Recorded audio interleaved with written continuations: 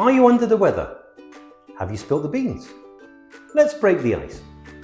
Today, we're looking at 10 idioms native speakers use every single day. I'll give you the meaning, a little bit of history, and an example of each, so you can start sounding more natural right away. Always remember, if there's a verb in it, the verb can be used in any tense. Our first idiom, hit the books, meaning start studying hard. So it was first used in the 20th century in America, literally meant to open your school books and to start reading. I have an exam tomorrow, so I need to hit the books tonight. Our second idiom, under the weather, meaning feeling ill or sick. This came from sailors in the 1800s. Sick sailors were sent below deck, literally, under the weather. I'm staying home today, I'm a bit under the weather.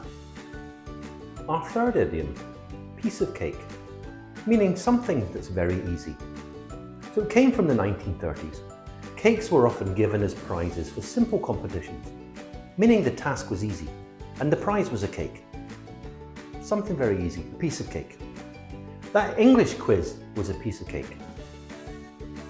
Not if you come to my class, it's not. Our fourth idiom, break the ice. To start a conversation in a social situation. Origin, where did it come from? In the past, ships would literally break the ice to open paths for others, just like starting a friendly connection. He told a joke to break the ice at the meeting. Our fifth idiom, spill the beans. Does that mean you get a can of baked beans and pour them all over the table? No, it doesn't. It means to reveal a secret. It comes from ancient Greece when beans were used for voting. Spilling them would reveal the result early. Come on, spill the beans. What happened at the party? Our sixth idiom, hit the sack, meaning to go to bed, to go to sleep. The origin, mattresses used to be sacks filled with hay or straw, so you would literally be hitting the sack with your head when you went to bed. Oh, I'm so tired, I'm going to hit the sack early tonight. Our seventh idiom, cost an arm and a leg, meaning something very expensive. You don't have to pay with your arm or your leg. It comes from 18th century paintings. They charged more when including limbs, so a full portrait cost an arm and a leg, and this stuck.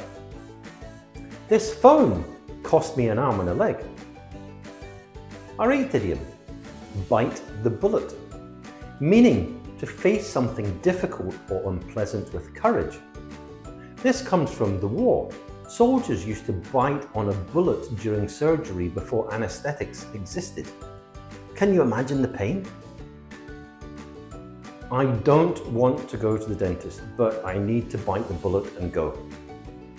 Our ninth idiom, let the cat out of the bag, meaning to reveal a secret by mistake.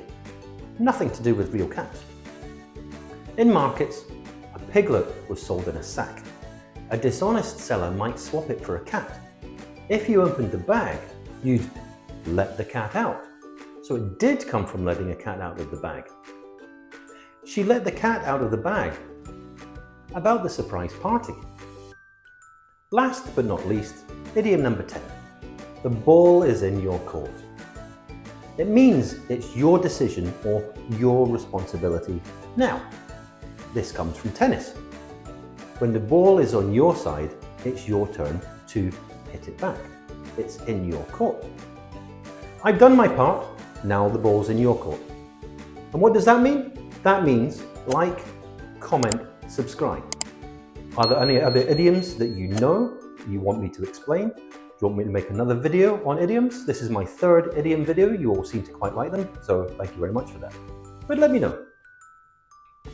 Okay guys, that's the end of our video. Thank you very much for watching all the way to the end. I do appreciate it very much. If you would like to see another video on idioms, click here and this will take you to one of my old videos on idioms. And until next time, Thank you very much. Bye-bye.